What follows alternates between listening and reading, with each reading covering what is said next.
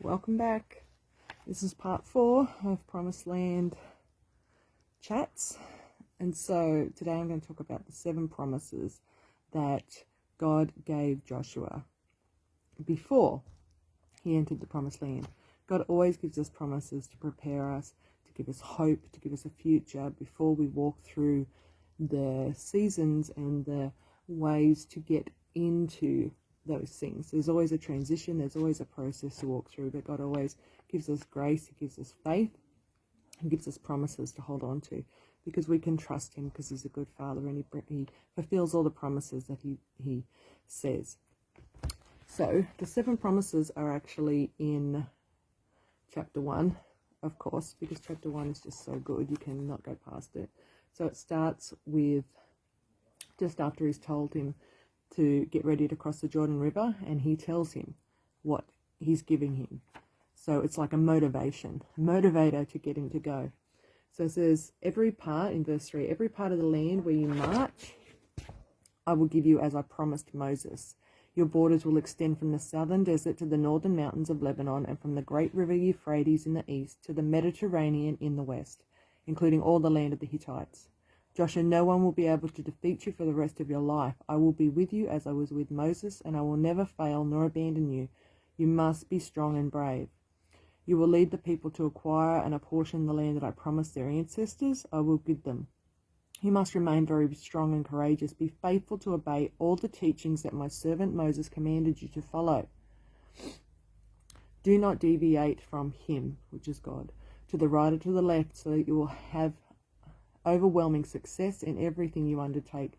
Recite this scroll of the law constantly. Contemplate it day and night. Be careful to follow every word it contains. Then you will enjoy incredible prosperity and success. I repeat, be strong and brave. Do not yield to fear nor be discouraged, for I am Yahweh your God, and I will be with you wherever you go. So that's verse 5 to 9. So the first promise that God gave Joshua was that he would possess a vast territory. So what is the first promise that God has given to you as you walk into your new promised land this time? And so ask him what's that promise. He told Joshua that he would possess a vast territory. He would give him a huge land, a huge place where he would be able to lead and be established as a people. Number 2 was no one would be able to defeat him. That sounds pretty good to me, because I'm tired of being defeated or being tried to be defeated. I might claim that one for myself. Number 3, God would be with him like he was with Moses. Now, if you look back and you think about Moses and how he was with Moses the whole time, Moses felt like he was underqualified to even lead the people.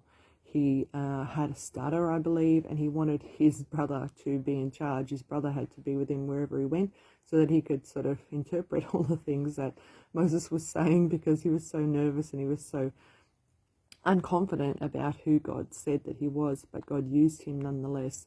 So it says God would be with him like he was with Moses. So it's like, you don't have to have all the goods, you don't have to be prepared, you don't have to be the man or the woman with all the answers and feel like you're ready, because God's going to be with you, and that's all you really need. Number 4, God would never fail him. God isn't in the habit of failing people. You don't think he even has that in his vocabulary, so he doesn't fail. So he's not going to fail you. Number 5, God would never abandon him. Sounds pretty good when you're in the mouth of a lion, or you're in the belly of a whale, or you feel like the world is going topsy-turvy. God will never abandon you. He's never going to leave you. He never goes anywhere. He's right there. The only reason why we feel like we are is because we're in these clouds of fear. The enemy has been lying to us. We feel like we're under attack and there's no way out. But if you call to him, he'll answer you straight away, because he never abandons you. Number 6, he would have prosperity and success. There's been so many years of lack and stealing and loss in the body of Christ, that I'm excited to see what prosperity and success looks like in the promised land for the body of Christ. I know many people have lost so much physically, spiritually, emotionally, all those sorts of things. So I can't wait to see what prosperity and success looks like for us as we step forward into the promised land. And number 7, good old number 7, because of course there's 7 promises, because 7 means perfection. So 7, God would be with him wherever he went. That's a pretty good list. It's a pretty good covenant that you can have with the Father. I'd claim it for me and my house as we go about. But remember, he said that there was things that Joshua had to do, because covenant is always two-sided. It's God's side and your side. God's side, Joshua's side. And so it sounded like a covenant to me. And so God's like, this is the list of things that I'm going to do, and these are the things that you need to do so that that list can be accomplished. It's like a legal binding contract, basically. So Joshua's job was to be strong and courageous. This sounds like an easy list compared to what God's going to do, because God has to do all the hard work.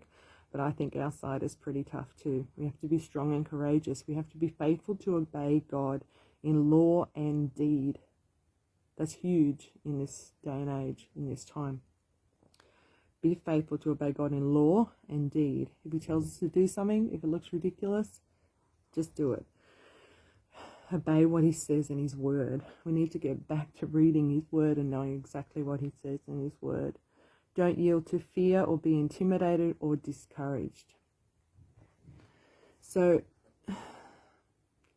you're going to need to hold to your side of the covenant, your side of the agreement. A binding contract, a legal binding contract, a covenant does not hold when one party does not uphold their side. It's written about all through the Bible. There has to be two sides that work together so that it can perform what it's supposed to perform. So God's going to fulfill his side, because God never doesn't fulfill his side, but we need to come with our side as well. He wants us to be part of it. He wants us to be one with him, those sorts of things. So Joshua's job and our job is to be strong and courageous, be faithful to obey God in law and deed. Don't yield to fear or be intimidated or discouraged. That's our side. So I just encourage you today to go read Joshua 1. Get it in the Passion Translation, because it's full of juicy revelation and understanding. I hope this is helping everyone. And yeah, stay tuned for the next one.